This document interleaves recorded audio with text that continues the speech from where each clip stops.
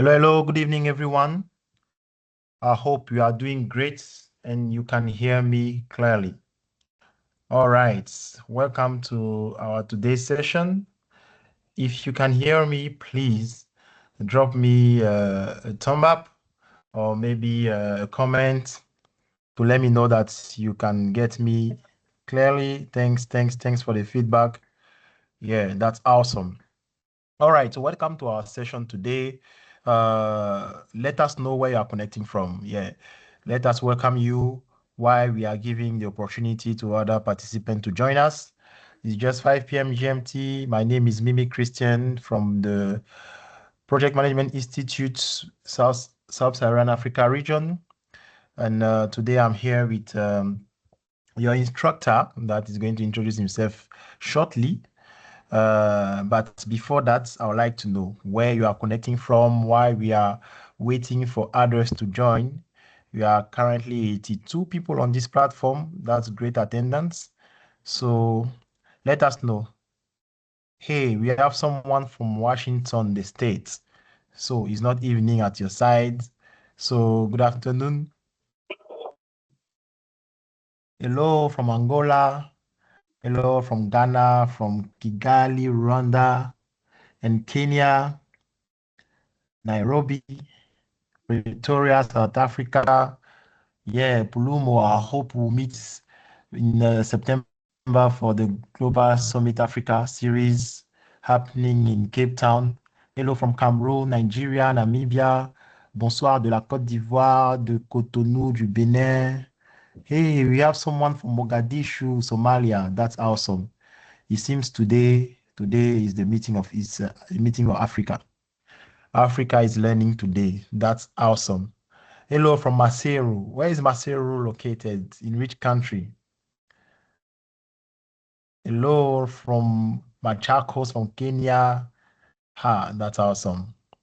I can see people in the same area like me because I'm based in Cote d'Ivoire as well. So that's great to have you here. Awesome. Hello from Mauritius, all the way from Mauritius. 9 p.m. at your sides, but you're connected. It shows that people are ready for this session. That's awesome. We are almost 100 people in the session. We are going to give ourselves again some 2 minutes before I'll give you the instruction before we start. But let us know for those who registered already, when are you planning to write your exam? When are you planning to write your exam? Bonsoir depuis le Sénégal. Hello from Malawi. Ah, Masero is in Lesotho. That's awesome. Let us know from when you are planning to write your exam. As you know, PMP is having a new phase from 1st July. But before then, I'm sure you want to be part of those who are going to close these 5 years of the PMP 7 edition. So let us know when. Hey, we have someone writing on Friday. All the best. I'm sure next week you are going to connect and send us a screenshot of your certificates. People of May, you need to exchange your numbers so that you form your group to encourage yourself. Maybe you have a prayer group to encourage yourself. That's great. That's great. Someone writing on the 30th of April 2010. Someone's writing on Thursday. Okay, all the best, Yvette. I'm all confident that this session is going to be the door for your success. That's great. That's great. Awesome. Ah, this is just reminding me, like, when was that? I guess 8 years ago when I got my PMP. The feeling when the countdown is on, you know that it's coming, is near. Yeah, but one character of a project manager is that we are resilient. All right, so please, there is a link that we just drop in the chat section. Click on the link to access the platform or scan the QR code to access the platform so that we'll have a great number of participants. We are more than 100. connected right now. So please scan the QR codes and join the session now before we kick off. And our instructor will come and give us more insights regarding what is happening today. So today is going to be an engaging session. So get ready to participate. It's not just going to be a session where we are giving you highlights, keys, and all that. We also get feedback from you. So please join the session, the WooClap session. The link is there in the chat.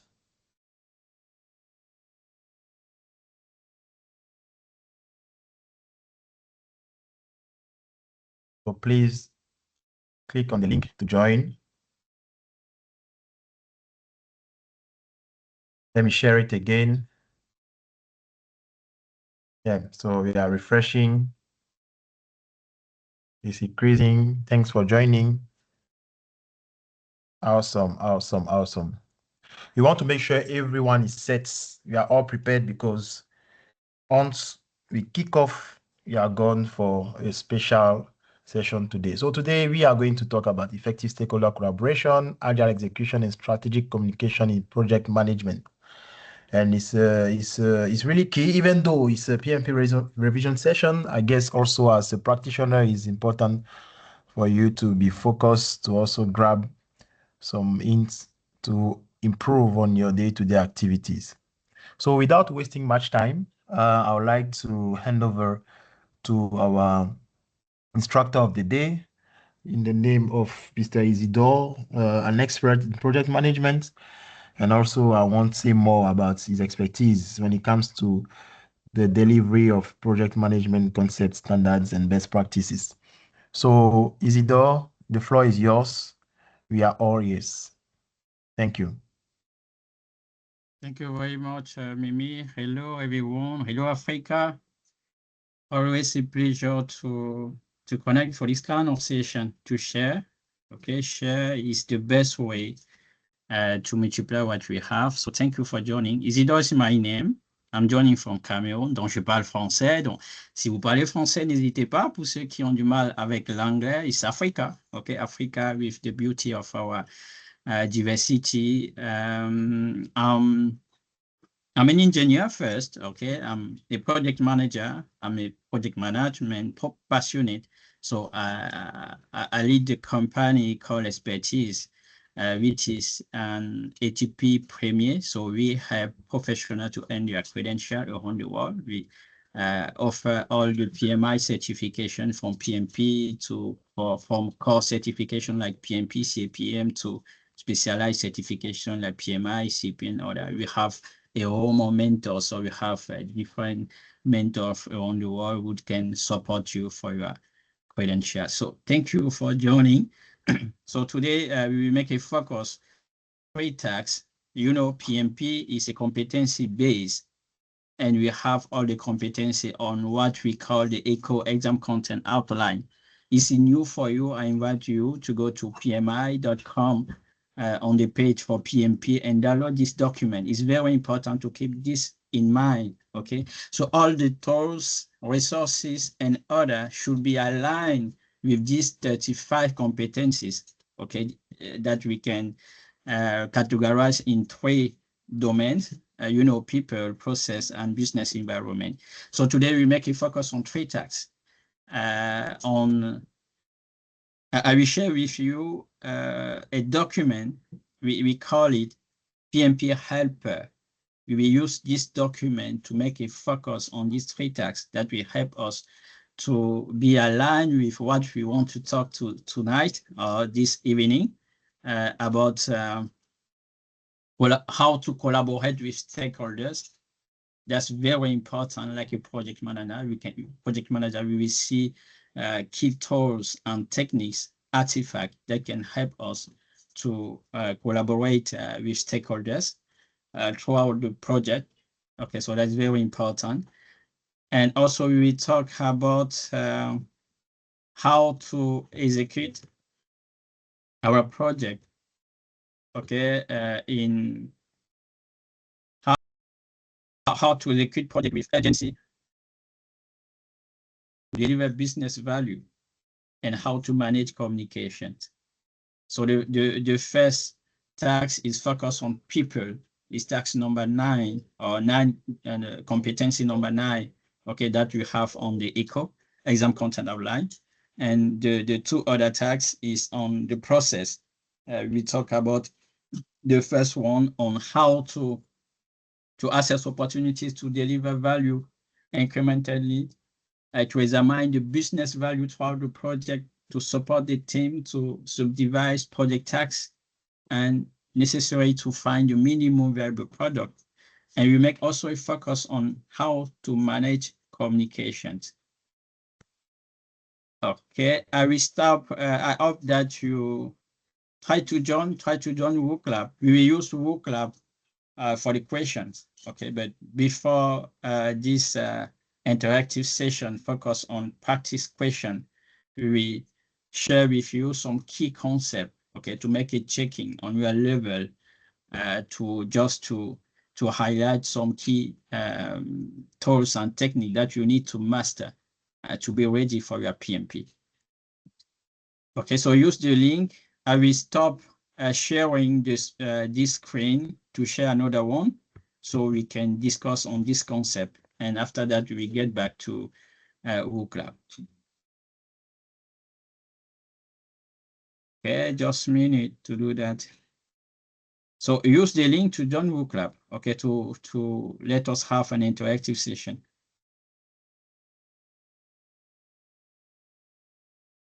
Maybe let me share with you first this document that can help you. I don't know how to share in this.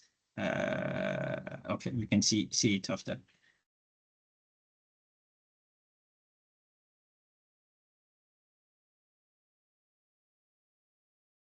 Okay, can you see my screen? Okay, thumbs up if it's okay, if you can see my screen. Yes, we can see your screen. Perfect. Okay, so let's make a focus on this first task. As I was trying to say, PMP is a competencies base, not knowledge base. Okay, so it's a matter on your ability to manage project, to demonstrate your skill on these 3 domains about people. And about people, we have, I think, 14 competencies, okay? And we make a focus on these competencies or these tasks on how to collaborate with stakeholders. It means that we need to be able to identify stakeholder expectations, align objectives with project goals, and build trust, transparency, consistent communication, and co-creation, rather than just management.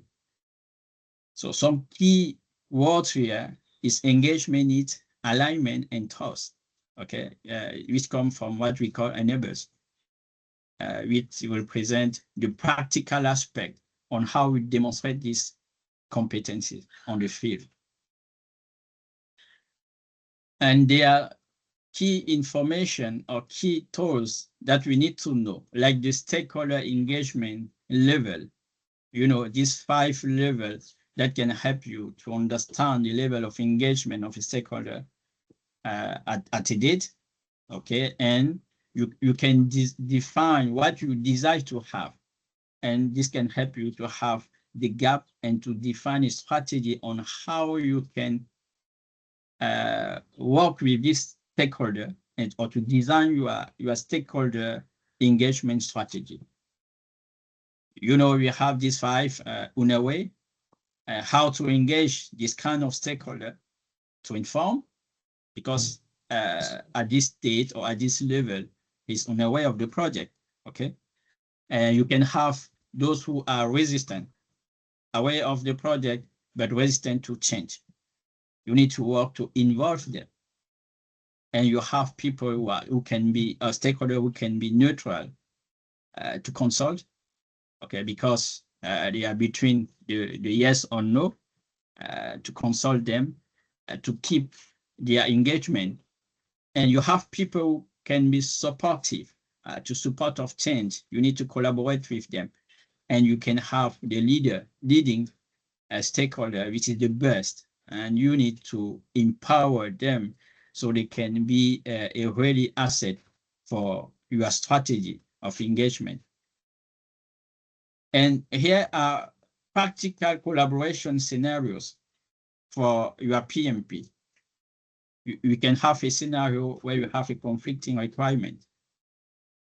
And the mindset that you need to have, for your exam, we also evaluate your PMI mindset, okay?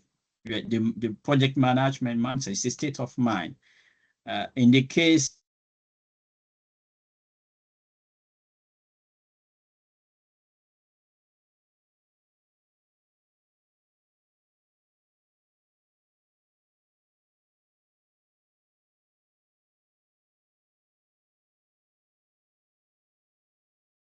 Hello?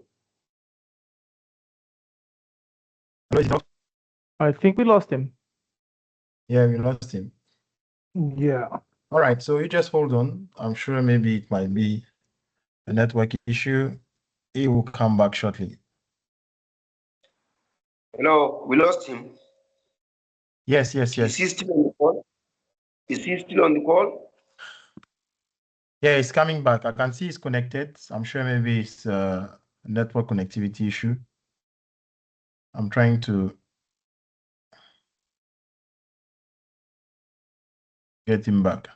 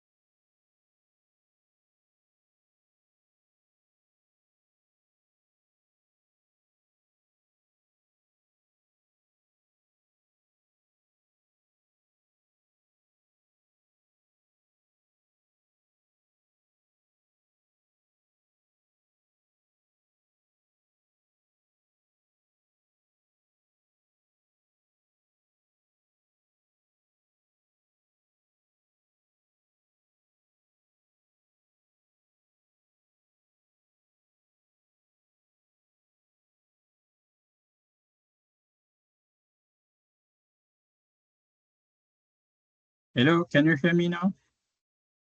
Yes, Isidore, we can hear you now. Yes, we can hear you. Sorry. Yes, we can hear you. Okay, perfect.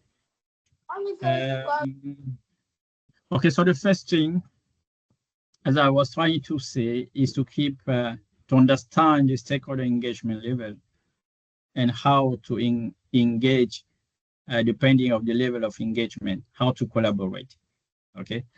And for our PMP exam also is important to shape our mindset, our PMI mindset. And we want to highlight here some scenarios, okay, of practical collaboration with stakeholders. The first one that we usually have is conflicting requirements. In the case that you have a conflicting requirement between stakeholders, okay? So instead of mediating offline, is better or it's better to host a co-creation workshop to facilitate a session where stakeholders find requirements together, okay, to prioritize together, to build share ownership of the solution. That's the state of mind to have in this case, in this kind of scenario of exam. You can have this kind of practice exam. Another scenario is when you have a disengaged stakeholder, how to engage someone who are disengaged, who are not involved.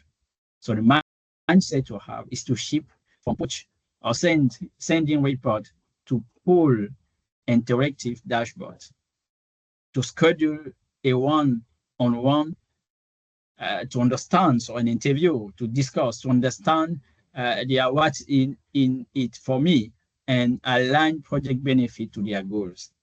That's the way. Okay, that's the mindset to have in this kind of the case of scenario. And some key tools and techniques here, you have the power interest grid, you know that, okay, to map stakeholder to determine strategy. We have the case that we should manage closely. In some case, just monitor, okay.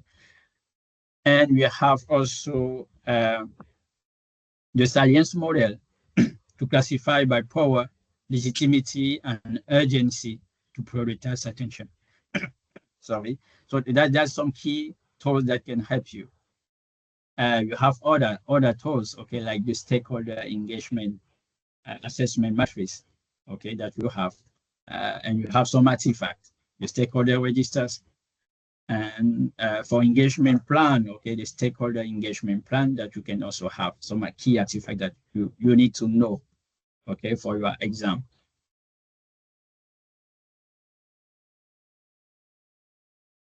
Okay, some key aspects to highlight here about your PMP exam focus is about trust and alignment.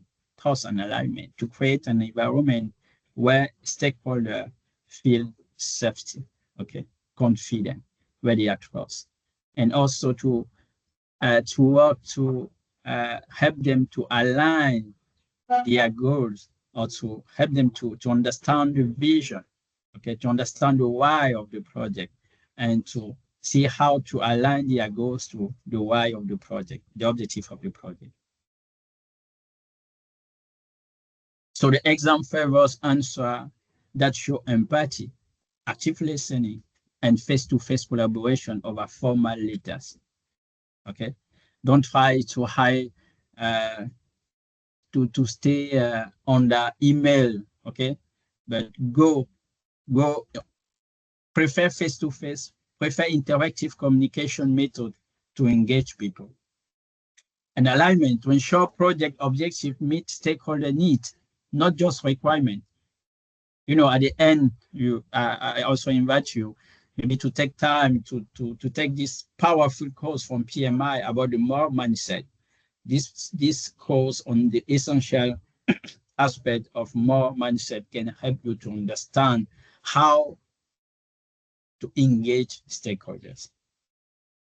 Alignment, that's very important. The Agile mindset too. So in Agile, collaboration is daily and continuous. Stakeholders are partners, not just approvers, partners.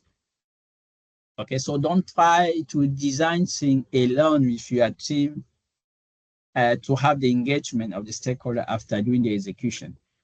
Engage them at the beginning, since the beginning of the project, at the ideation phase. Can you hear me? Yes, we can hear you. Perfect. Yes, Thank we you. can hear you.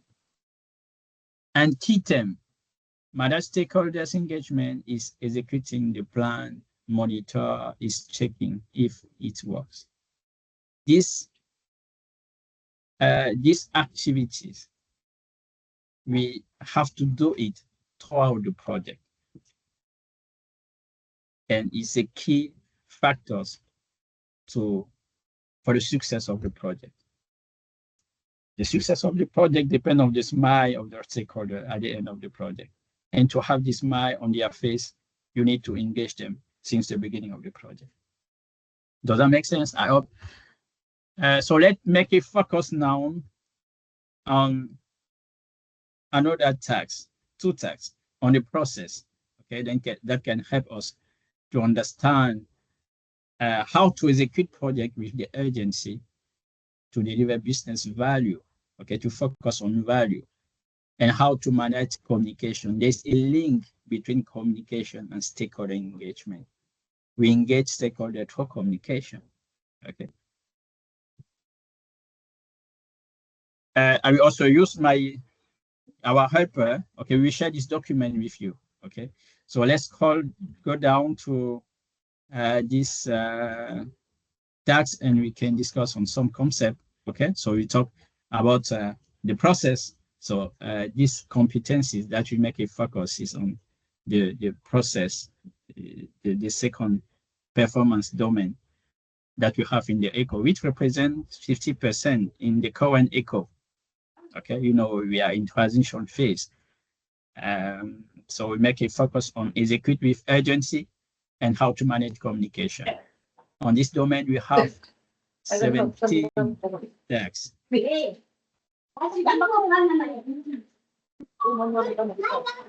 Can you turn off your mic, please?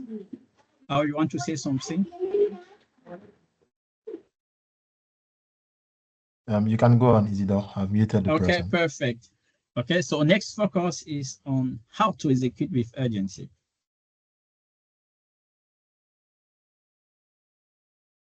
In the enablers, you have keywords, incremental value, and the minimum viable product. So here we need to assess opportunities to deliver value incrementally, to support the team, to subdivide tasks to find the minimum viable product, and examine business value throughout the project. And here we have the value deliverable flow that we can keep in mind with some keywords to define the minimum viable product, the smallest valuable unit. And we also need to know how to prioritize. We prioritize according to the impact of the component or the solutions to the project. So high value first when we prioritize. How to deliver, working incremental. So deliver partially, so that can generate value, an immediate value, we can say that, okay, throughout the project. It's very important for us like a project manager to see how we can deliver value quickly, okay, in urgency. And increment, working increment can help us to do that. And also feedback. So they are keyword, feedback, to validate value. When we deliver an increment, is to have, another goal is to have the feedback of the customer, of the stakeholders that can help us to improve this solution to the next increment. Iterate, improve, and repeat. So that's the value delivery flow and some keyword that we need to keep in mind for that. And we on this here also we want to make a comparison for delivery with the traditional waterfall and agile approach. You know, in the traditional is plan-based, okay? At our first phases, we plan, we design, and next phase we execute and we close the project. So we can see that in a traditional way of delivery, you have a single big bounded value realized only at the end of the project or end of the phase, okay? And you have a high risk of building the wrong thing. The agile mindset, the agile approach help us to have a frequent small releases, value realized early and often, and constant feedback loops. So it's very important as a project manager, even if you are in the construction, you know, now, even in the construction industry, we talk about the Lean Construction Institute, where we try to use most tools and techniques from Agile to implement in the construction. okay, to enhance our value, to enhance our way to deliver value urgently. So it's very important to have this agile mindset that will help us to be focused on the value, to try to find the ways to deliver this value urgently. And here are some practical scenarios. The case that we can have a new product launched. So the mindset to have is don't wait for perfection. Very important.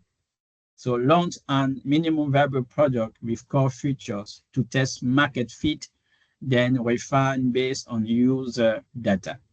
Don't wait for perfection. Even in your life, if you are an entrepreneur, you are a startup, don't wait perfection. Okay, go to the market with your minimum viable product, and from the feedback of customer and other, you will improve your solution.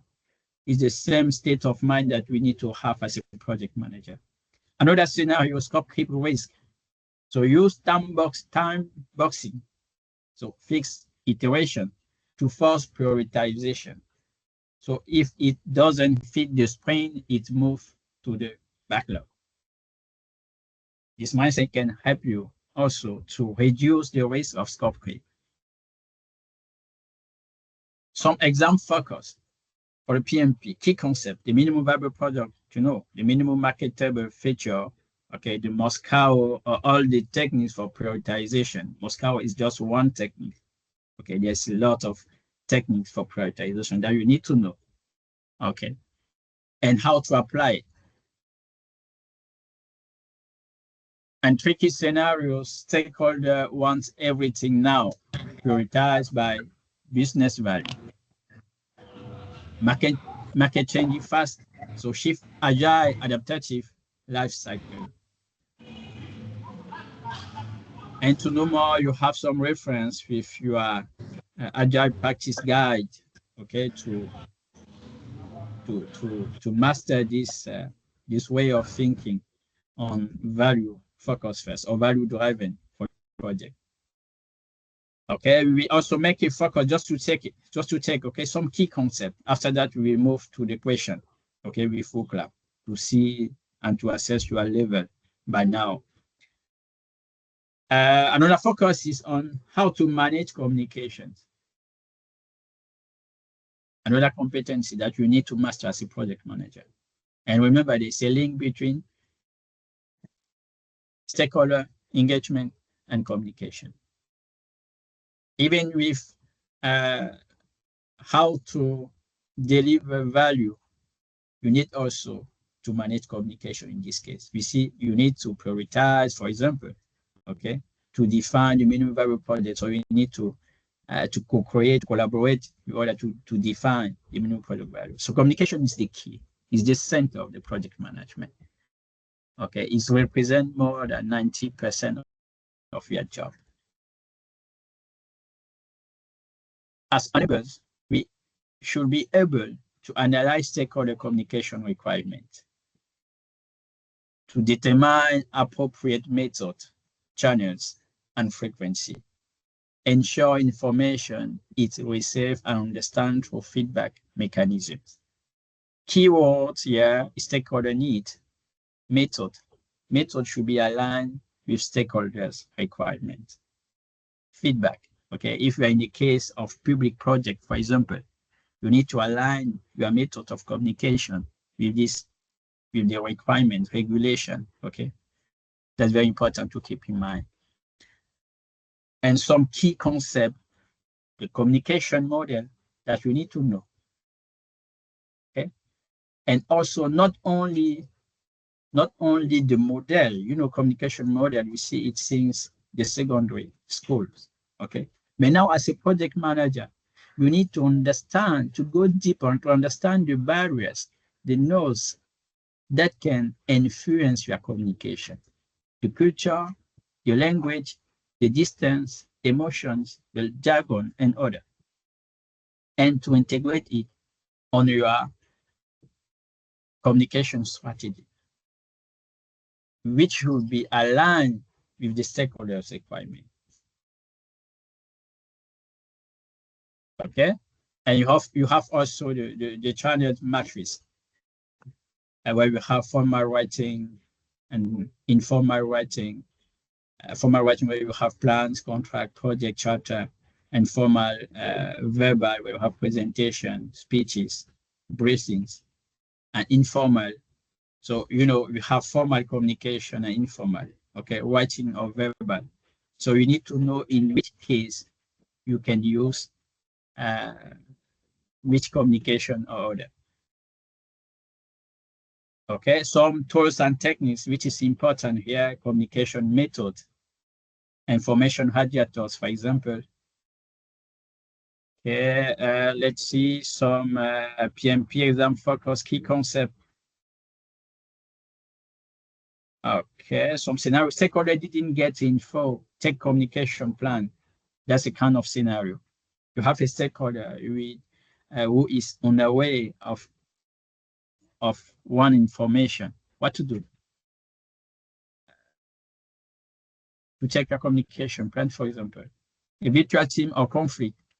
Virtual team conflict to increase interactive communication through the different tools that we can have to create a collaborative environment. Okay, you have a lot of tools, okay, like share calendars and other to engage or to communicate with them. Okay. I think it's okay for this part just to refresh some key concepts with you. Now we need to move on. We will use now practical question, the exam rate practical question coming from PMI, okay, to discuss. I invite you to take the floor. I invite you to share your insight with us, okay? We are here to learn from each other. And a place like this is also an opportunity for you to enhance your expertise in project management. So take the lead, okay? Open the mic and share your insight. If you know, you can speak easily. And here is the way also to improve this skills. If you have any question before we move to the next part, feel free to share it or to raise your hand.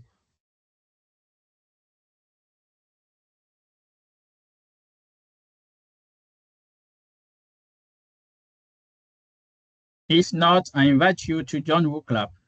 Okay, so we will use question to discuss.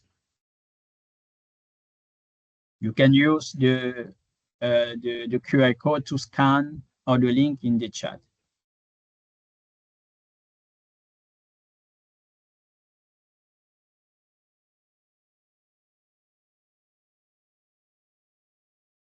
Hello, John, please. Only 69 participants are on the teams. You have 200 participants. You have any issue to join? You have the link. Okay, I share the link again in the chat. So use the link to join. Then we can move forward.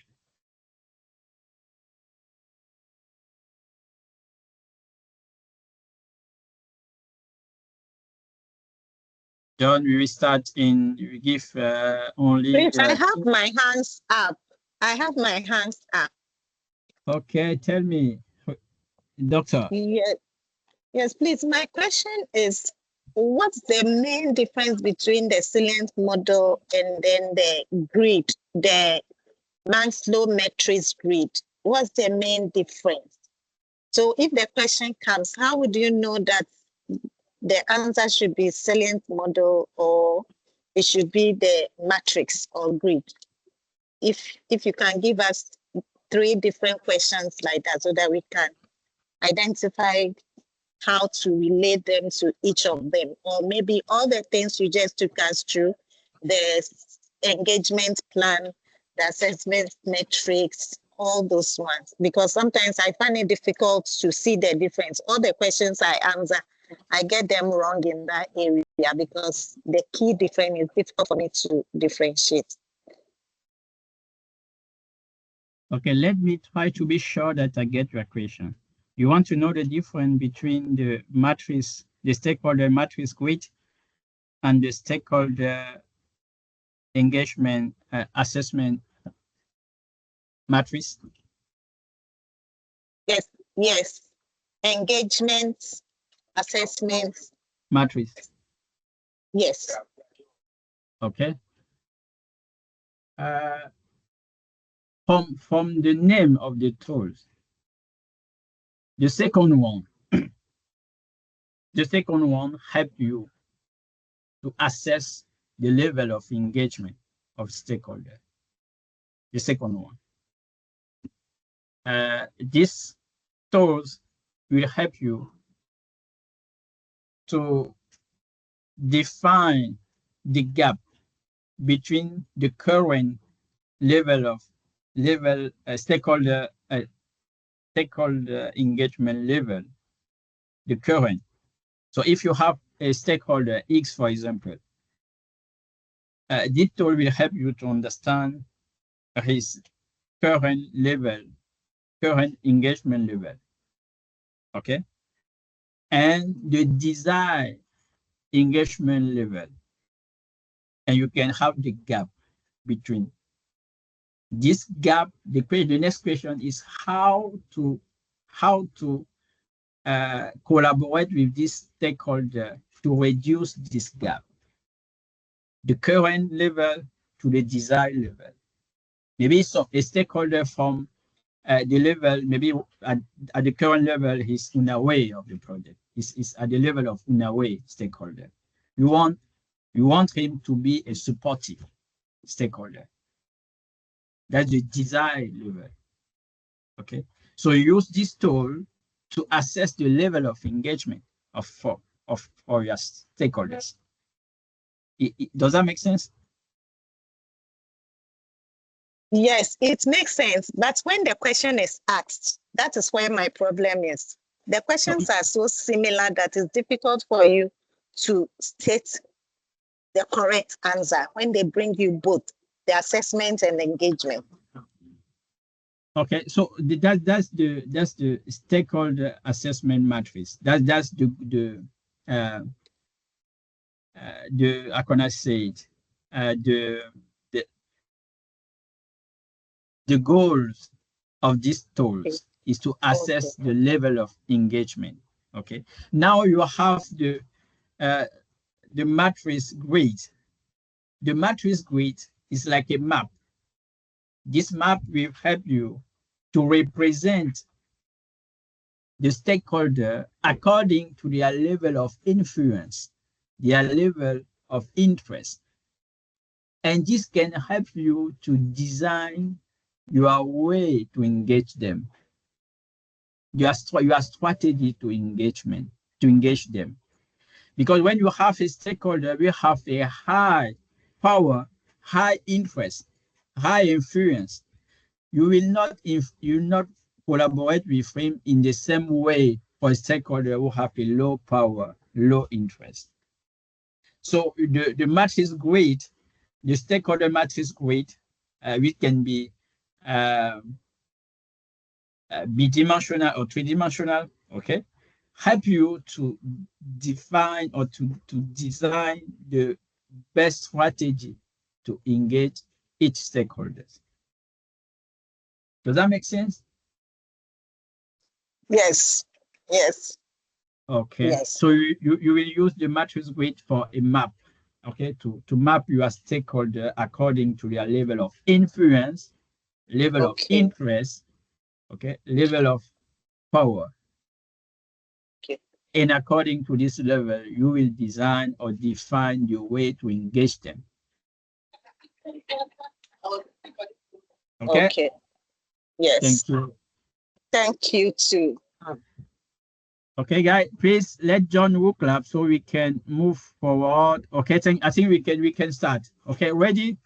So at the end of the game, it's a game. Okay, so at the end we can have the rank. This one is also a game. Okay, it's just to take it to make fun. Okay, so don't care about the rank or the score at the end. Okay, we just want to interact with you. by using technology. Okay, so it's a tool which can help us to do that. So let's start with the first question. Let's start with the first question. You have the question on your laptop or on your phone. So submit your answer on your phone or on your laptop.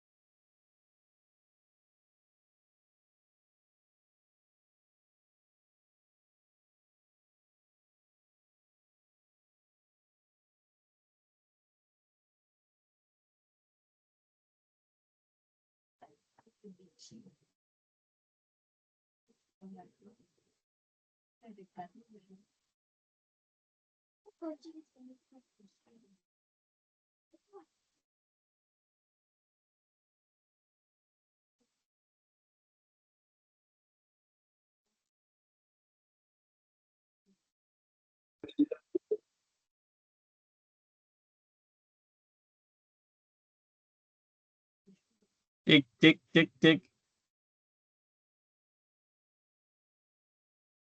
Submit your answer, guys. Okay, only 84 answers.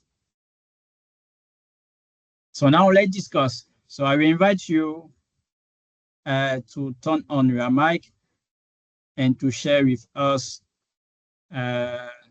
your insight.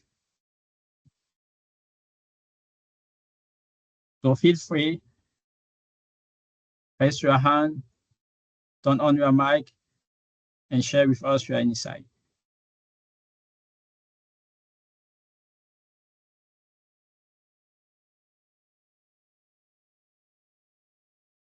No hands? No hands?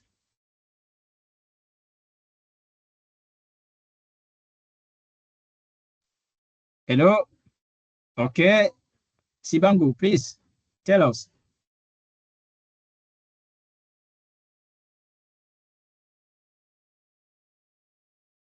Yes, turn on your mic.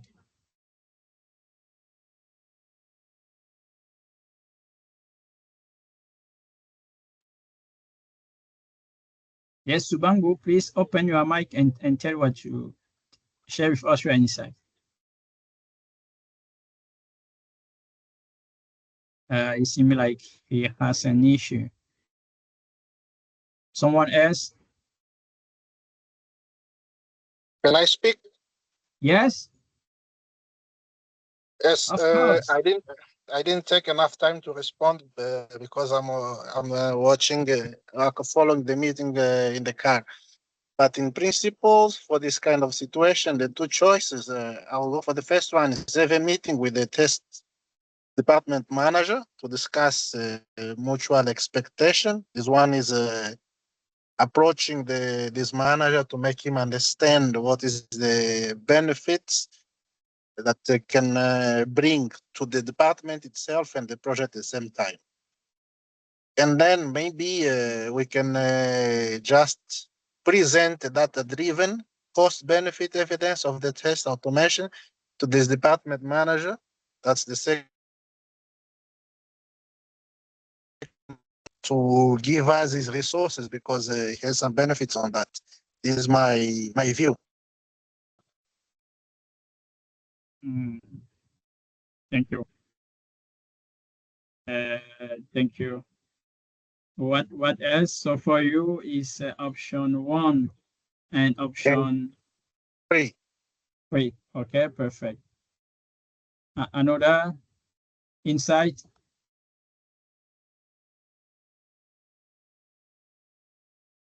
Evening. Yes. So my own view is after reading it, though I chose so unfortunately, I did not notice there was a question and an option very down below, because what I chose having a meeting with text department to discuss mutual expectation, then present data-driven cost benefit evidence of test automation. Since we have so many, we have like 6 options. So what I would do is just to do elimination method. So when I went through it, the last question, I first chose having a meeting with test department, which is good, but it's talking about mutual expectation. But I noticed that the last one, he said in this scenario, the project manager's first action is to attempt to make stakeholder cooperative with the project.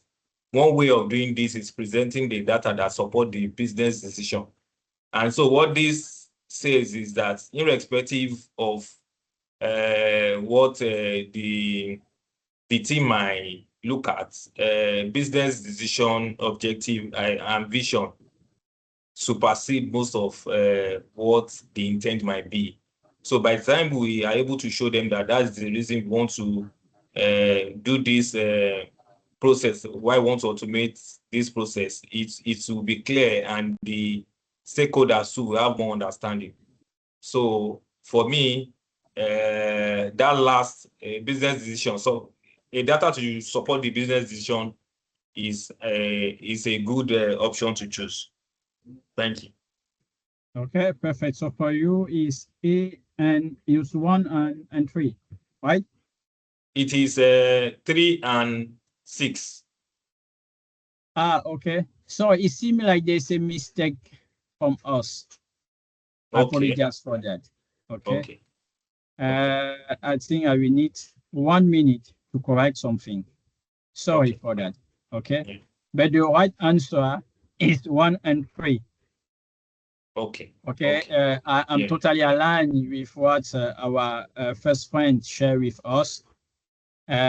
What we need to keep in mind in this case is that the how can I say, in this scenario, the project manager first action is to attempt to make the stakeholder collaborative with the project. And one way of doing this is presenting the data to support the business decision. Okay, so you can see, let me correct something. Give me 1-2 minutes, please, to correct something on this platform. Then Sorry. we repeat the question, right?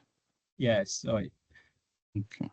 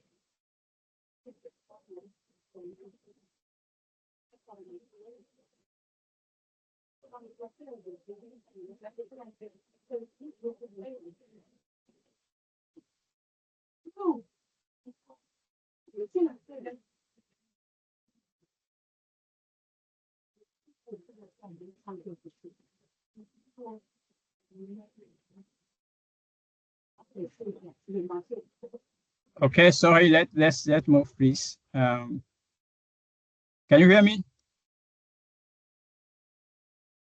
Loud and clear. Okay, now let's move to the next question. Do your best. What happened? Next question.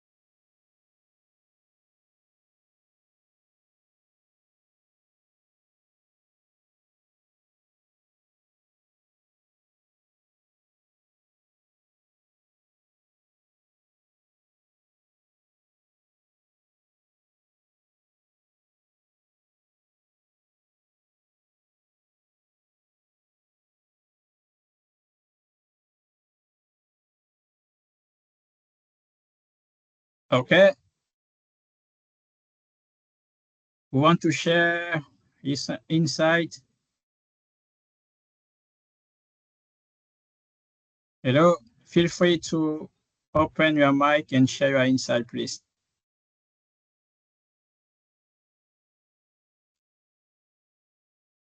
Okay. Hello. Yes, Molefi, Ronald.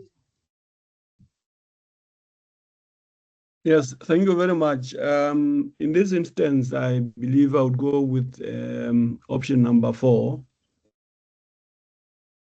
Why? Because he's the man in charge of project B. And if the resources are already committed to his project, then the project manager ought to negotiate reallocation and sharing of the resources or collaborating with the project manager B.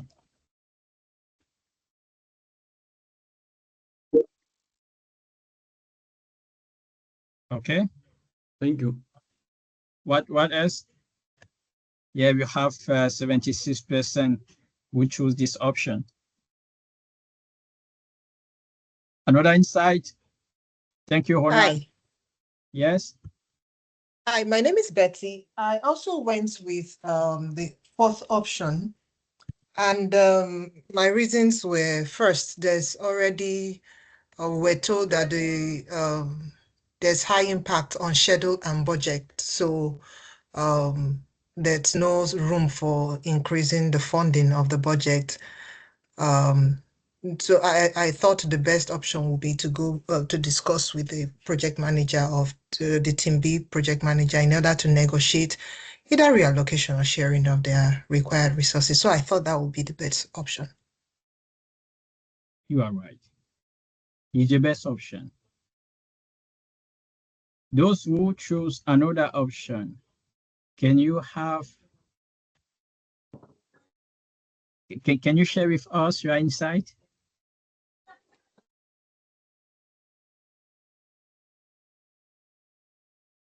Please, can I speak to? Yes. Actually, I chose the negotiation option, but my reason is quite different from the others. I chose it because those resources have been assigned to other projects, and giving them additional projects to stress them up. So there should be some kind of negotiation so that the resources, they may not be taken from their job because they are not supposed to even be taken from their job. They need to focus on the job that they are doing. The team has to focus on their job. So you need to negotiate with the functional person, the one they are working with, so that he will now advise how he will allocate resources to that project A, so that they will not be stressed up doing both activities for A and B. Yeah, perfect. Thank you. You are right, totally aligned. So going directly to the resources themselves, we determine the functional manager. So this is unethical because project manager B has the authority to schedule or allocate the resources. And the other options are wrong too. So the resources have been identified as the solution to the problem. That's what we have in the scenario. So it's the best, it is best to attempt to make this solution work first. Okay, don't try to find other. You have the solution near us. So just go and discuss with the project manager B on how we can to negotiate. Okay, perfect. Let's move next question.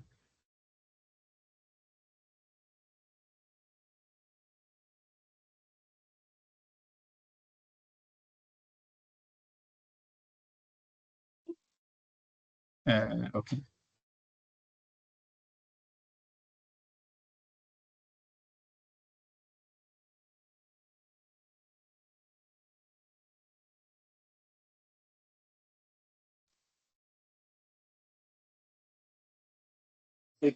Ethan, controla. Vamos acalmar e respirar fundo. Vamos. Please, Acalmar. turn off your mic, please.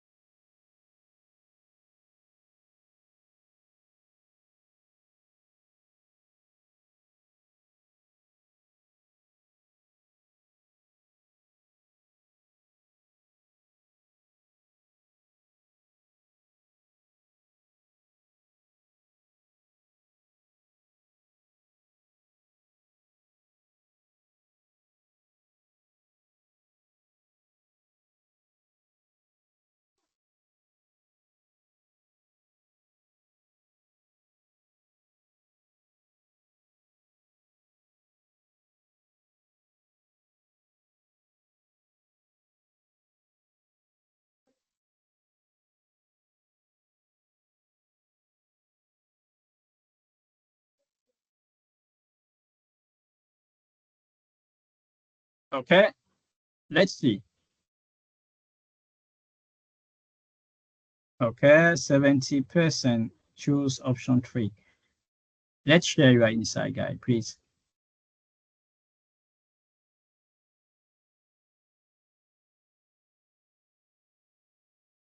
Feel free to open your mic and share your insight.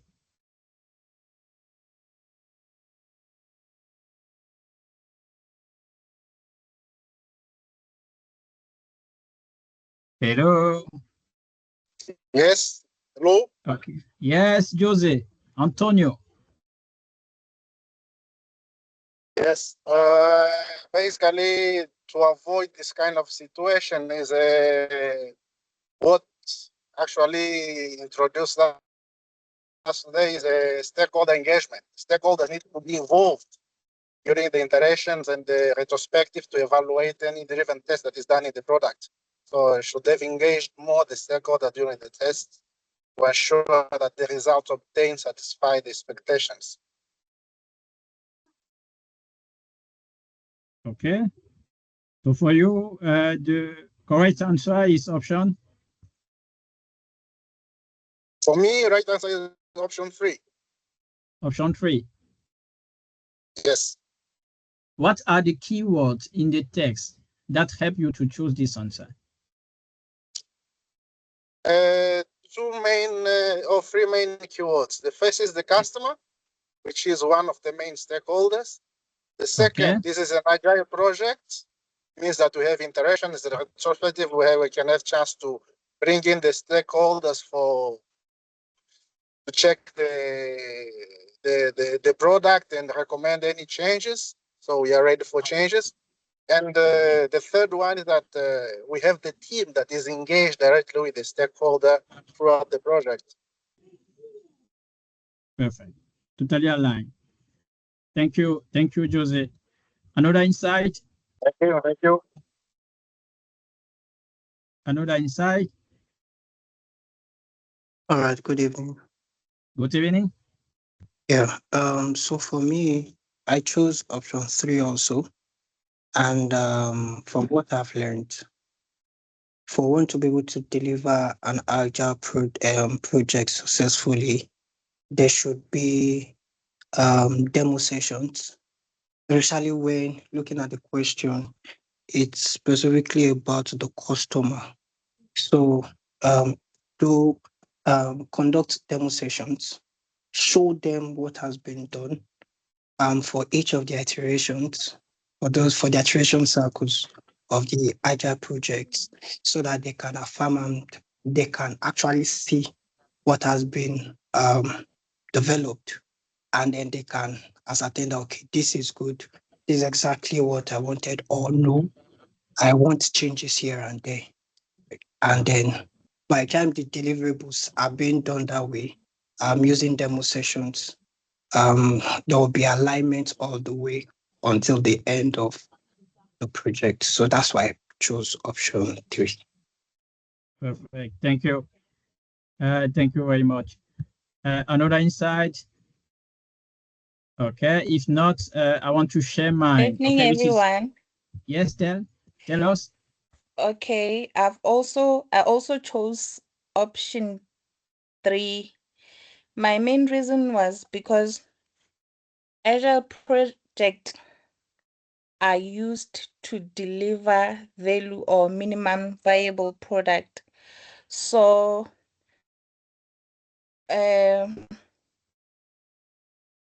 when the answer was that it ensured that the customer was aware of the value of the demos. So the customer may not be that satisfied with the deliverable, but if it delivers the value it's supposed to, I think it should have been our main reason why that number 3 is the correct answer. Thank you, Mapule. Thank you. We just want to share. I think it's the last. Okay. I am actually torn between the 3 and 4. My reason is getting the deliverables right is doing the work right is the job of the development team. So if the customer is surprised and saying that is not what they agreed, and there were several iterations, which means the customer was part of some of the demos and gave certain instructions. So I'm thinking, I'm torn between the two. I'm thinking that maybe it's the development team that didn't do something well. So they needed to be to participate in the iteration reviews so that they can explain to the customer why this happened. Maybe that process didn't happen. That's why the customer is not happy, because it's not just the first iteration. Per the question, there were several. So that's what I'm also thinking. Okay. Okay, thank you, Doctor.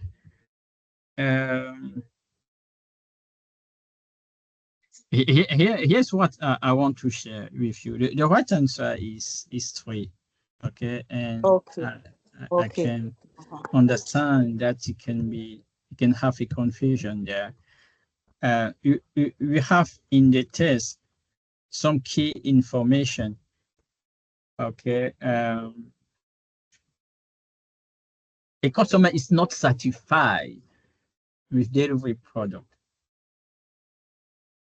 And Agile also, it means that, as you know, in the Agile approach, we have many events, many ceremonies.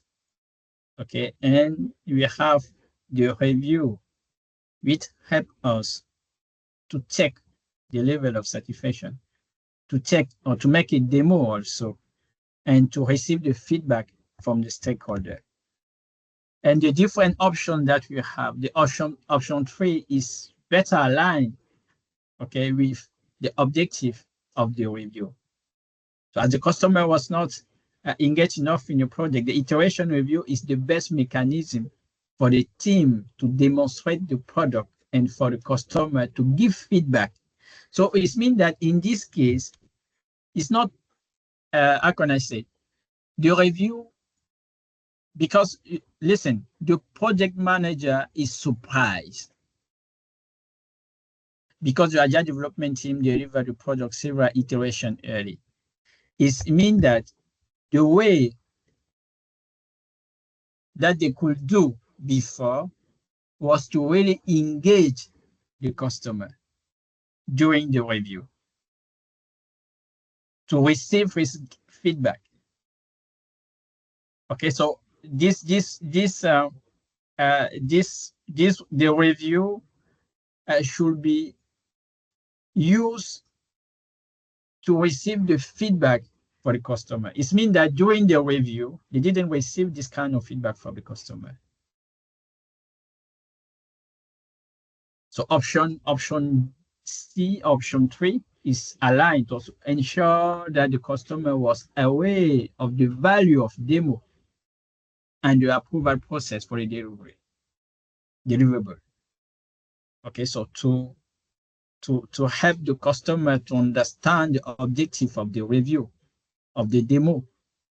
Okay, to be sure that he understands that during the review, he has to share his feedback. Does that make sense, doctor? Yes, yes, it does. Perfect. Okay, let's move. Next one. Oh, Isabel. I want to hear Isabel in the next question. Sorry. Next one.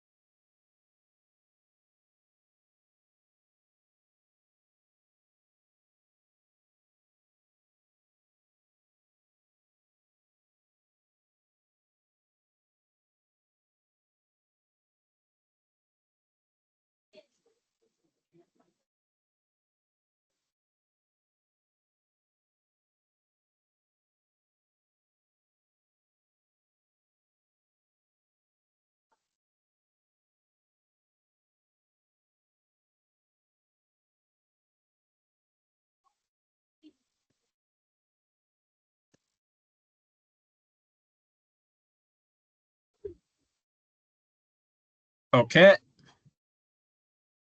Oh.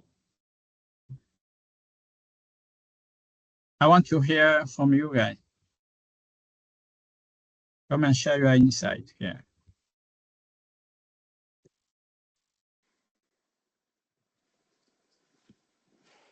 Okay, Annabelle. Hi, everyone. So I chose option 4 and 5 because everything needs to be documented. When there's an issue or risk, it needs to be documented for the lessons learned repository. for future reference.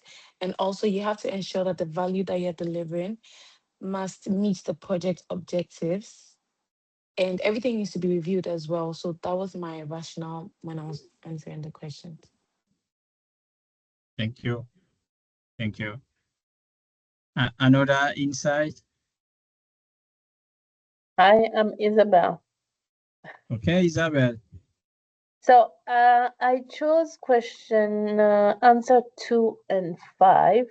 I think the discussion is around meeting the project objective and looking at the available resources. So after discussion, it seems like if I doubt on their original plan, I need to go back to the objectives and align them with the resources that have been discussed with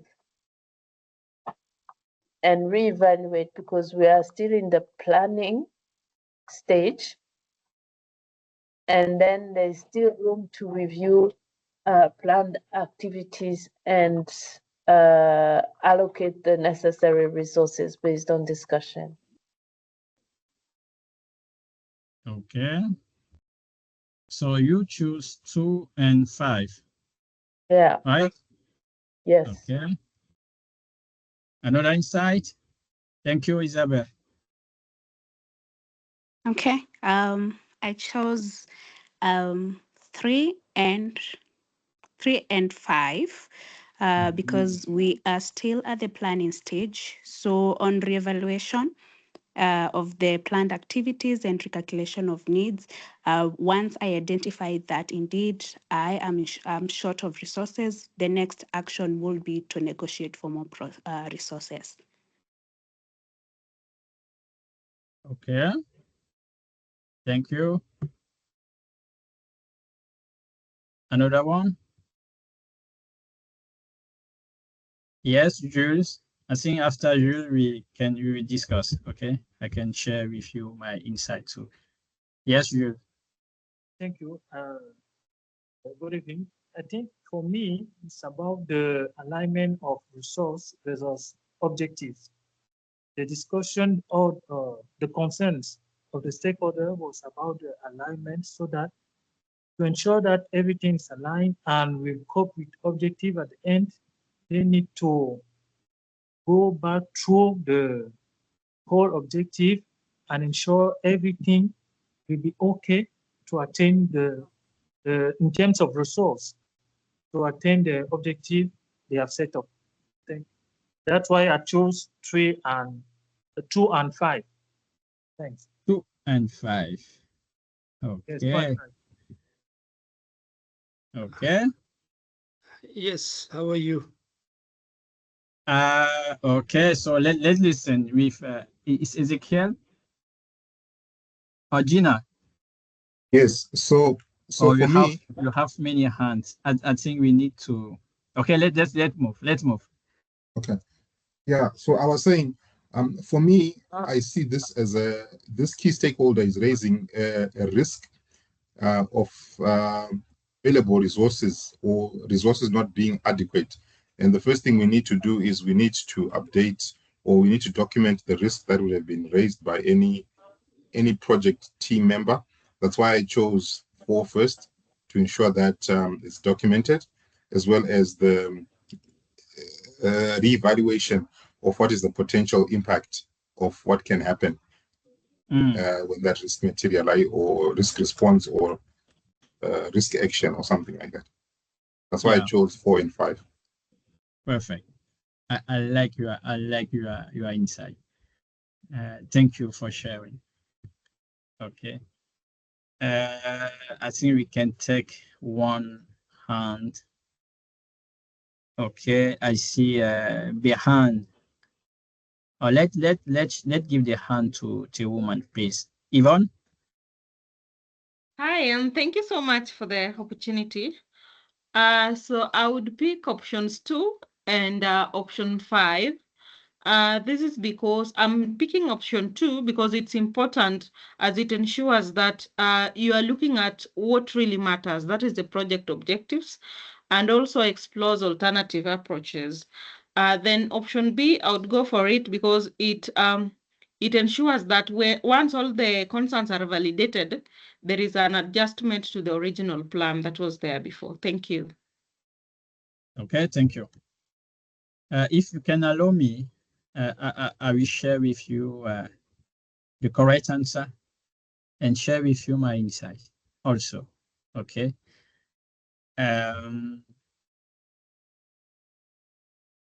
Give me 1 minute.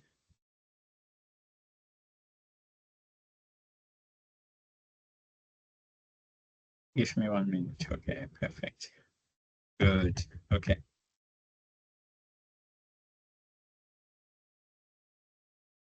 I know that is challenging, this question.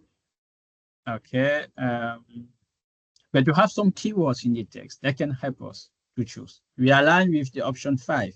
Now I think it's option 3 that where we are not aligned. It is stakeholder, a key stakeholder versus a concern during the planning stage about whether the available resources are adequate to meet the objective of the project. After further discussion for the requirements and the number of resources identified, the project manager is hesitant about the original plan. Which step should the project manager take next? Keep in mind, we need to collaborate with stakeholders to engage.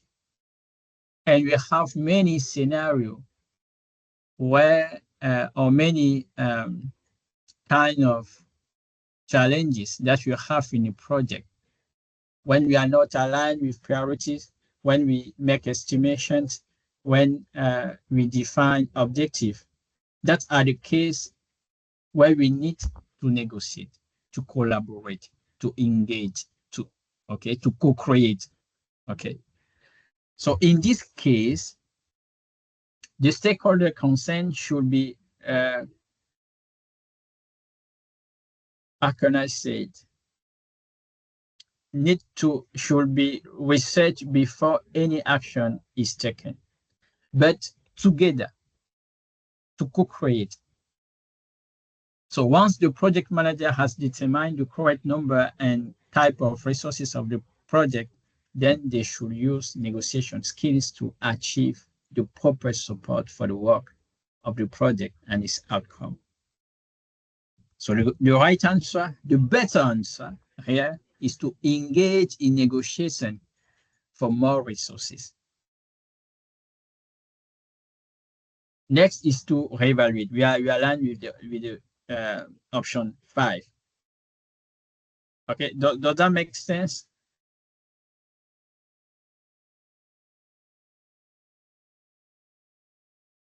Okay, let's move. Next question.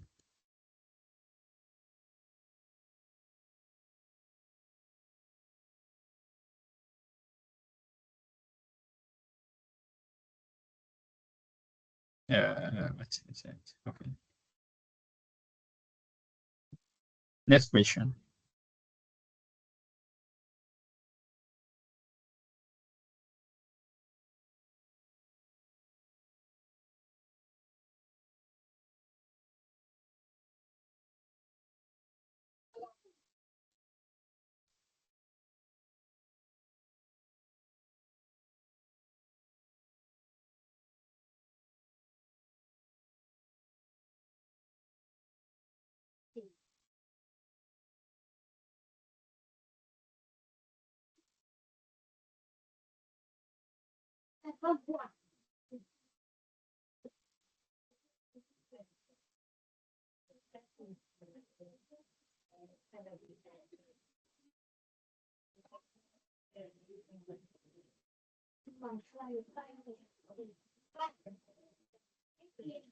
This is an easy one.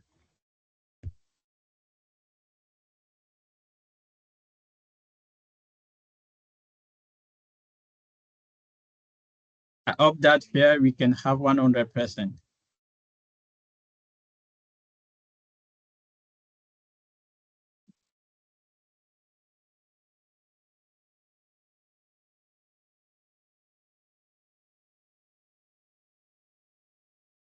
Okay. Okay, we are near, but not all. I want to hear for those who choose option 1, 2, and 4.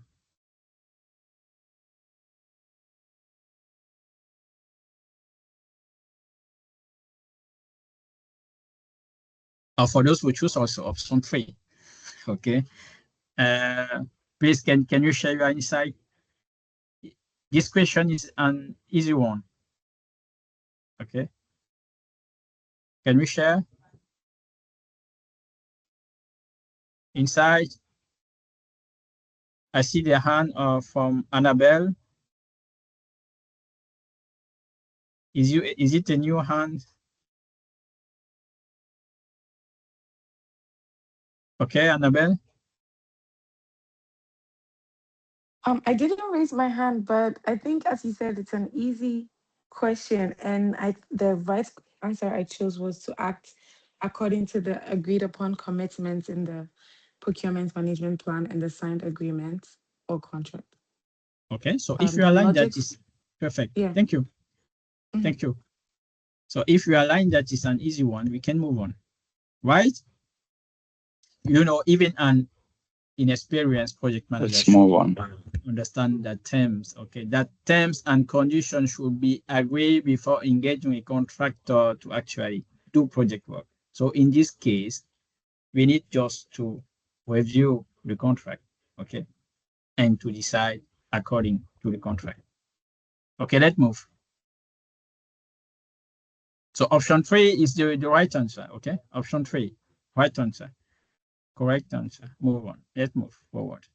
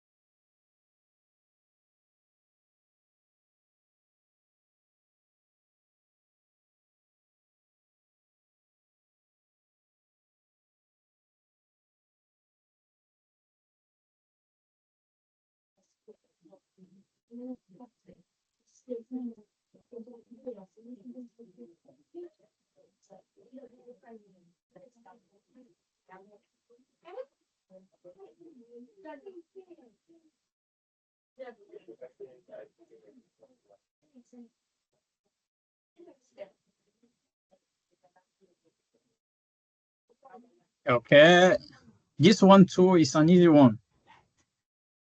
Okay, but I want to hear your insight.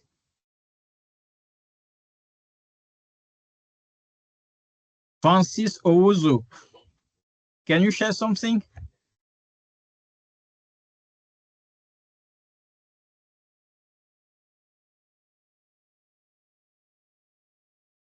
Or anyone who want to? Okay.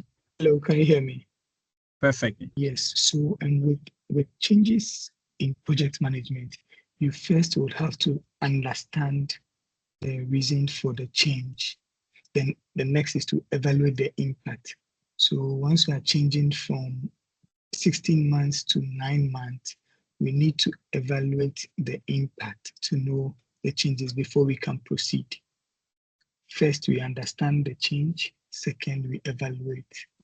So whenever a customer or like a client requests for changes, you need to first understand. Then the next thing is to do is to evaluate the impact. Thank you. Thank you. Thank you very much. Another insight, I have another hand. Hello? Hello, yes. Yes, Jose here. Yes, Jose.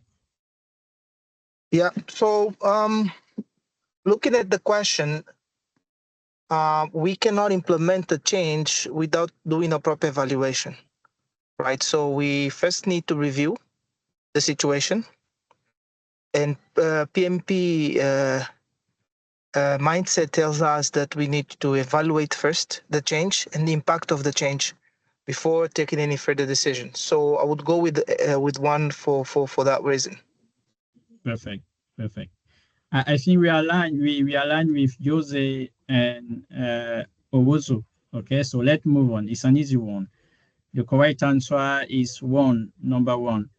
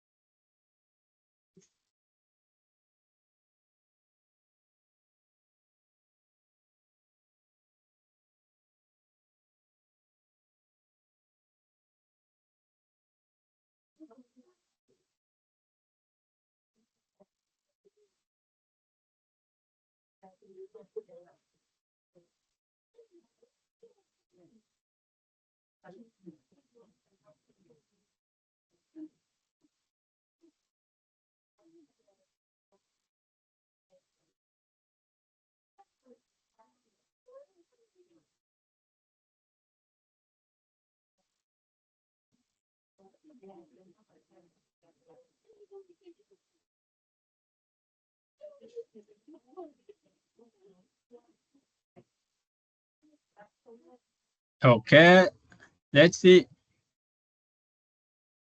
This one so.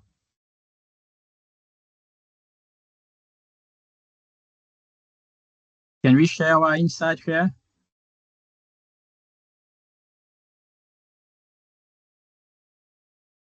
Ezekiel, can you say something to us? Yes. I think the first thing, sorry, I chose number two, consult with stakeholders and team members to identify the MVP needed for launch. Why? Because it's a collaborative approach, and we all agree on what is the minimum product feature that adds value to the customer. Hmm. In the text, what are the key words that help you to choose this option? Consult. In the answer, the keyword for me was consult, Okay. and as well as for launch. Okay, okay, okay. In the text, in the scenario, what are the keywords?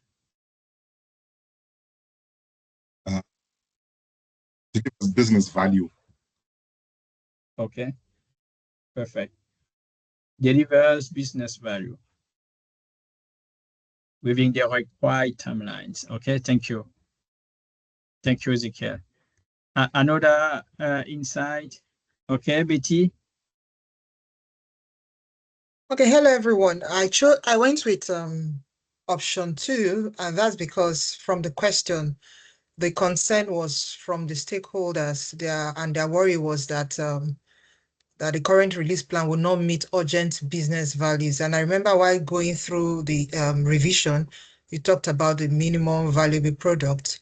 And so I went with option 2 because you need to consult the stakeholders and then the team members to identify what they will really need, the minimum value product that will be needed for the launch to be able to meet the urgent business needs. So that's why I went with option 2.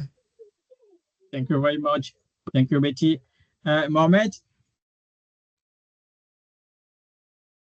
I would, I would actually like to see the answer for this one because I also chose option 2, but I think it just threw me off. I think the answer is 3 to determine the schedule performance index. I think because they're talking about release plan, and the urgent business needs. I think the answer of option 2 just threw me off. I actually believe it's option 3, but yeah, let me just see the answers. I'm so confused right now. You are so confused. Okay. Can someone help Mohammed to understand why option 3 is not the correct one? Okay, maybe before someone take the share his insight, I want you to invite the way of how to answer PMP question. You have the scenario. In the scenario, try to highlight the keywords, okay, that can help you to choose the correct answer. And you can proceed by elimination. So you need to know the reason why other options are not correct and why the option that you choose is correct. Okay. Can someone help Mohammed to understand why option 3 is not correct? Because the correct answer is option 2. Can someone? Hello? Yes, Hello? Stephen. Yes, Jose Oliveira here. So answer 3 is not correct because the question is clearly about bringing business value. And then when we talk about bringing business value, especially in an agile environment, we test what we say the minimum viable product. So the minimum viable product is a feature that allows us to test the product or to present the product into small increments that will satisfy the need of the customer. So, and looking at the question, obviously, number 3 will not go along with that. And I agree with what you have just explained, that we need to read and look at the keywords and see how they relate to the question and eliminate the ones that are not aligned and be with the answers that are most closer. Perfect. Also, can I add to that? I believe that escalation in project management to the sponsor should be one of the last options that we resort to when there's a problem. Perfect. So that was also a reason why I wouldn't have selected option 3. Thank you. Thank you. Okay. Maybe I can add also.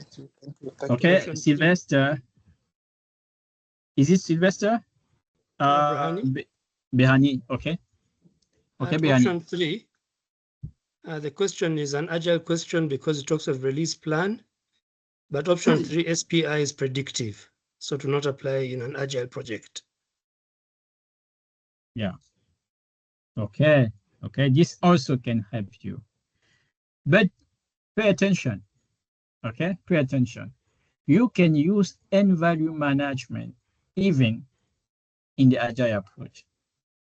You can use it. Okay.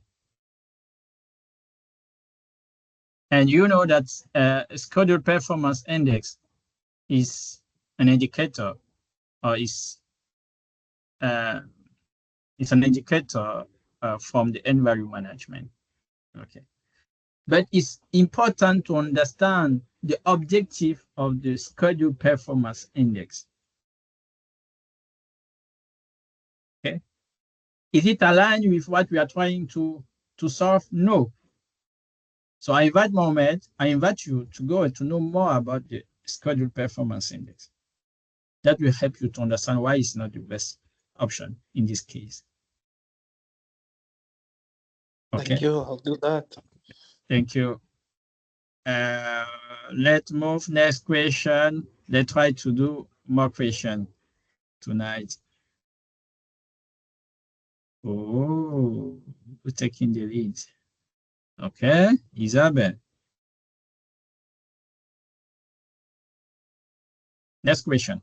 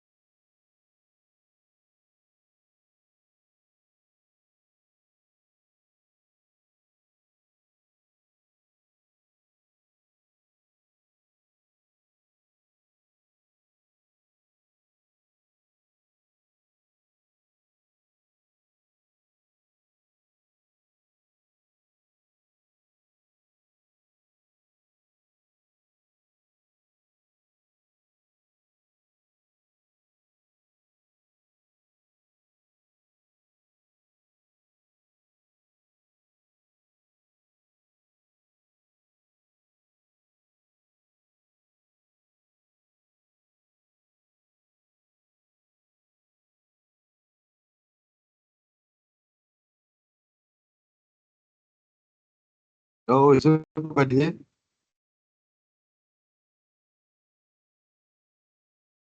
Yeah, we are here.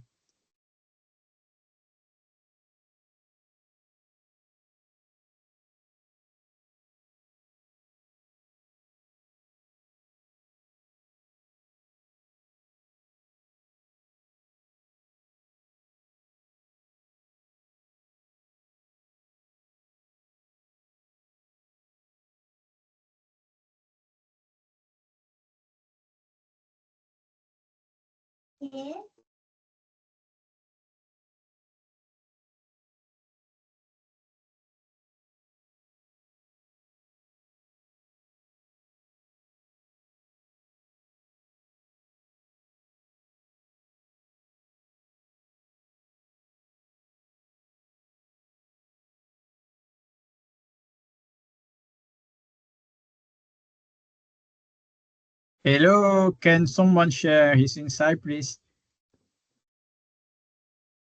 We can hear you now. Okay, sorry. Okay, so My mic was off. Please share your insight, please. okay, good evening. Linekela here. Okay, good evening, Nikele. I didn't vote on the poll. I don't have access to it, but the answer I went with is number 2. Only because the project manager has done the assessment on this possible functionality, but they can just not go ahead and add it to the project, that they need to submit an official change request in order to implement the additional functionality. Okay. Just to be sure that I get your point. For you, is option, you choose option? 2. 2, okay, perfect. Thank you. Isabel. Yes, I have the same answer. Submit a change request number 2. I think in PMP, anything that needs a change to a schedule or a product in development should go through the change process board. So I think the answer is obvious. He should submit the change request and have an evaluate the impact, because already he already actually determines that the cost should be small, but he must formally submit this evaluation through a change request. Yeah, thank you. Hello? Thank you. Let's take, Hello? Before Josie, let's listen to Stephen, please. I think it's the first time that Stephen want to share his insight. Good evening, members. Good evening. From Kampala, Uganda. For me, Hello, Uganda. Yes, I would go for option 3, just because of through elimination. I see number 1 is it looks to be dismissive, and in the Agile approach, you can't dismiss a stakeholder's viewpoint. So number 1, the elimination is out, according to me. Number 2 is talking about change request. I think that approach through change request approach is more through predictive approach. So I would drop number 2. In that case, I would remain with the 3 and 4. But to me now 3 is more appropriate in this case, because it meets the customer's need, and we already told that the change, the addition in terms of the cost would be small. So for me, through elimination, I would take 3.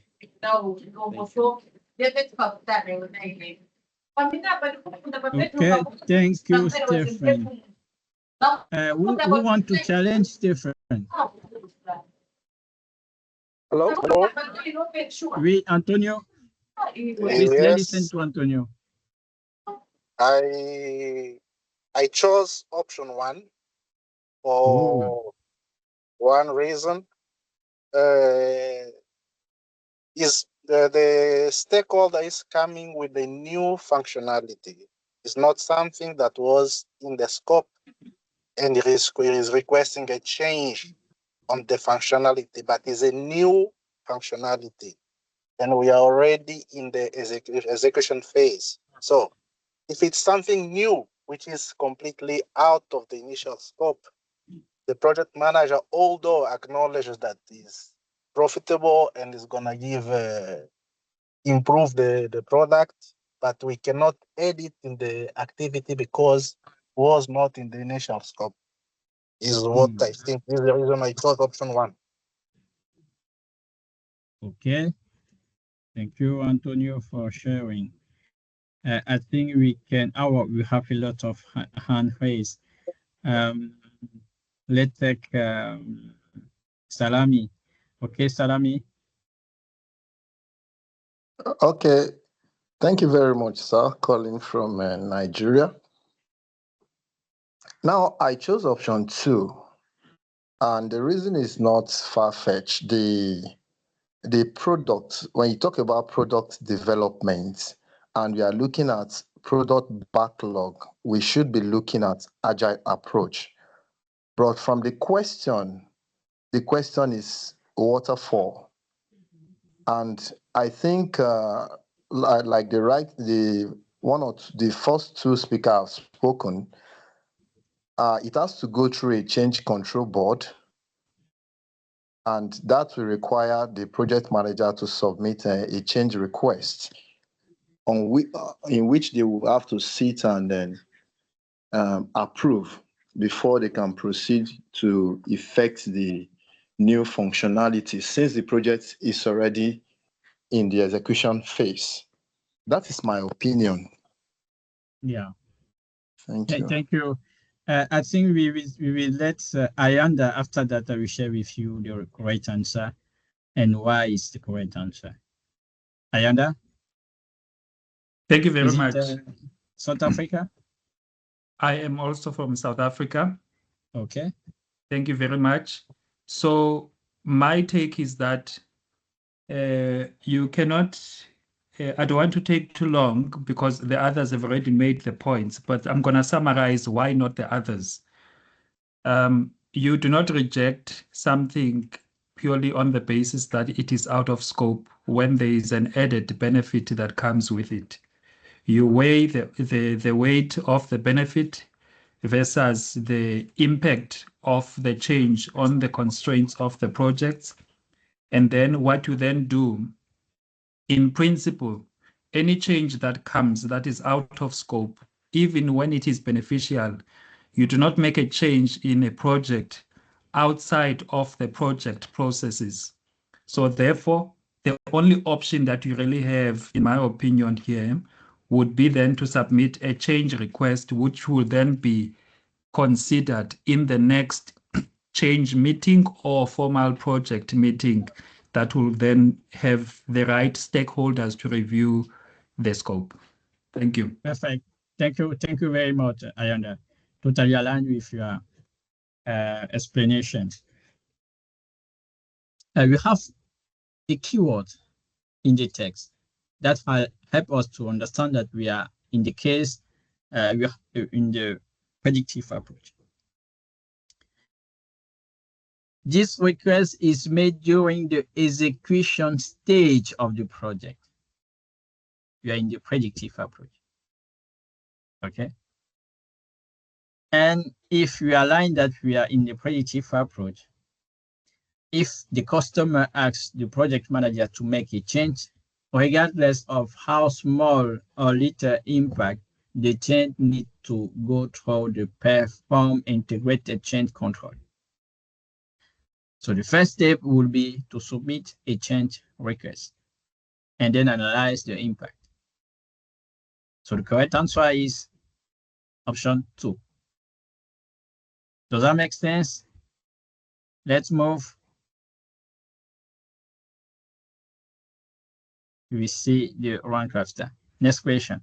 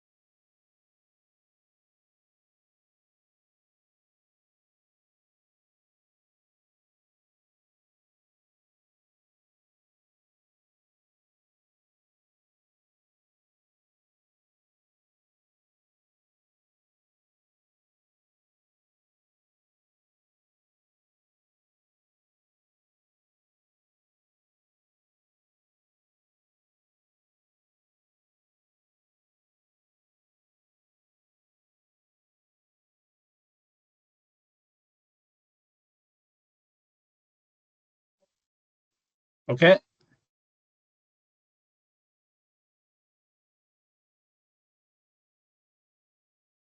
Please come and share with us your insight. I see many hands raised. I see Stephen, Sylvester, Annabelle. Is it new? Okay, Salami, can you share with us your insight? Thank you very much.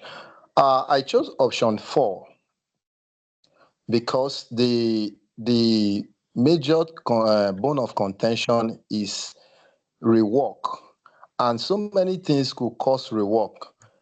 The project manager have to investigate to determine the cause of rework, whether it's a quality issue or not, before proceeding to any other available option. So the first thing the project manager will do is to investigate the cause, to determine the root cause of that cause of rework. That is my take on this question, sir. Thank you. Okay, thank you very much, Salami. Jose? So the way I approached this question was first to look at the keywords and identify whether it is predicted, if it's an agile.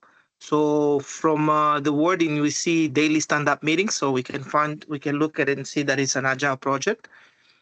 So then, knowing that it's an agile and going through the elimination process, we talk about he work. Wherever we see he work, the reason for he work is that most probably something haven't gone well, either time wasted or product quality not good, not acceptance, and then you need to rework, you need to redo. So reworking, we're doing spending time. So for that reason, I've chosen answer number 4, because that is what mostly align with the issue that is presented. So the other 3 options are actually a bit out of the context.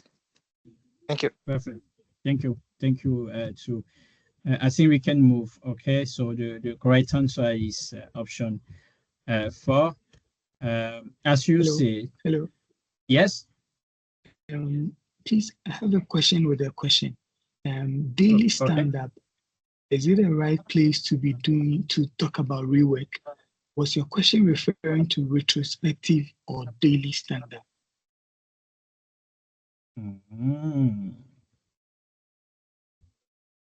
Okay. So for you, what are the activities that we do during the daily stand-up? Or do you remember that we have 3 questions that each members are supposed to answer during the daily stand-up? What are these questions?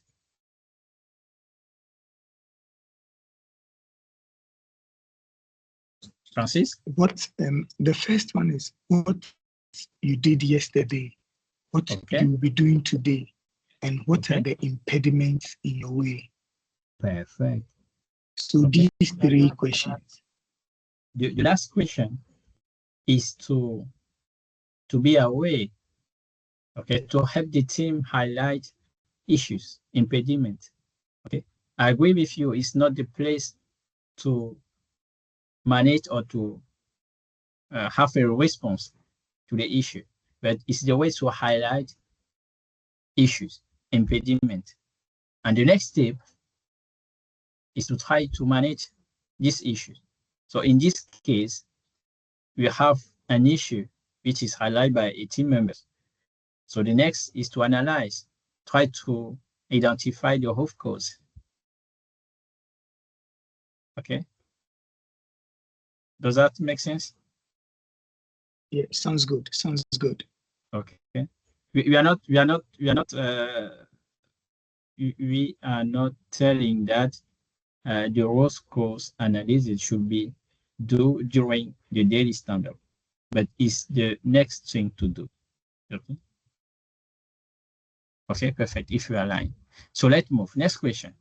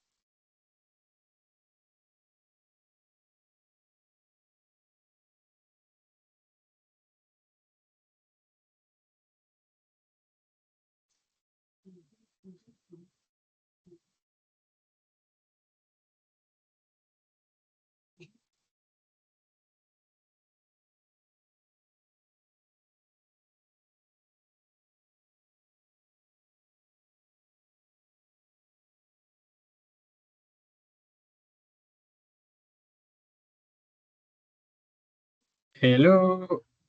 Okay. Share your insight. I think it's our last question. Okay. Quickly share your insight.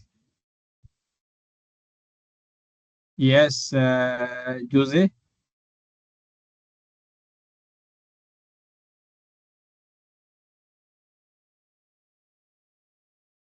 Hello. Can you hear me? Jose? Salami? I think we align with. Can you say something? Hello, sir. Okay. Okay. My question, I will pick number 4. The project manager should not advise the stakeholder on not reducing the timeline. The reason is this: the stakeholders have probably a target that they want to meet, and as a project manager, it is not it won't be ethical enough for you to go against your project your stakeholders, your project stakeholders. Every other option, the stakeholder may add more resources to the available resource just to speed up the work based on the specification, based on the scope and all that. But I think it's not ethical enough for the project manager to advise the stakeholders to not to reduce the timeline. Thank you, sir. Okay, thank you. Another insight? I think only one. Yes, And then, yeah, okay. Jose here. I would go with 4 as well for the following reason. As a project manager, you need to make sure that we find solutions, right? And one example just to kind of mirror this is when we talk about Agile and we say that we built a product in increments, we present the solution to the customer or to our stakeholder, even if you do through a minimum viable product, right? Which is building the product in increments, different features, until he is satisfied. So in this particular case, we don't just reject and say, no, there's no solution. Most probably, if there is a need for time reduction, is that there might be a reason behind. So we need to try to accommodate.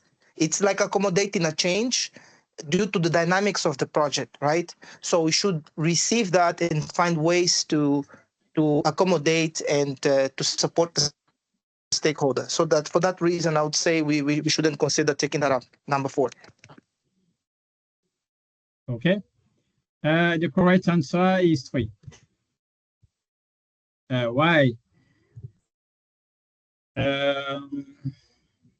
If it is possible to reduce the requirements for a project with the sponsor and key stakeholder, this is prefer over crashing, fast tracking, change control, and other methods which will most likely increase risk and create issues with a shorter time frame. So the thing that you should not do is to reduce the scope and crash this code. Okay. Just one question. Sorry, Yes. just one question. You mentioned you shouldn't reduce the scope and crash. Yes. Yeah, but what then happens in the actual Agile example? And we've given an example of the minimum viable product. I just want to understand, because you don't develop your feature fully, but you do it like in small increments, at least to bring value or to present something to your stakeholder or to the customer. So how do you differentiate one to the other? Even if you are in an Agile approach, okay, define the minimum viable project doesn't mean that you reduce the scope. No. You define a minimum viable project to start generate value early in the project.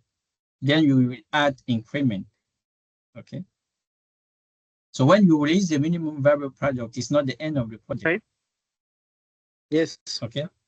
So even if you are in Agile approach, what you should not do is to reduce the scope and crash the schedule, because this will increase the risk for dissatisfaction and the risk also for rework and order. So the way is to negotiate, is to discuss, is to manage, is to engage, okay, to design, to co-create, okay, what is acceptable for this timeline. Okay. Perfect. So thank you, guys. I think we reached we are at the end of our discussion. Here's the rank. Okay, it's just for fun. Okay. Congratulations, Isabel. So let's see the top. Okay, congratulations, guys. Okay, take care. I really appreciate this time with you. Okay, take care and good luck for your exam. Some of you, I think, from the conversation, feel confident to go and take your exam. Okay. For others, try to take time to improve. Keep in mind that PMP exam is competency based.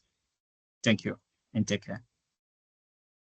Thank you very much, Isidore. Thank you, everyone. Thank you Thanks very much. again. Thank you. So we'll make sure Thank to you. share the link of the session and also the Thank you. material with Thank you you. via email, and for those who are also in the group. Thank you, everyone. So thank you, take care, and bye-bye. Bye. Thank you. Bye. Bye. Thank you. Bye. Thank you. Bye. Thank you.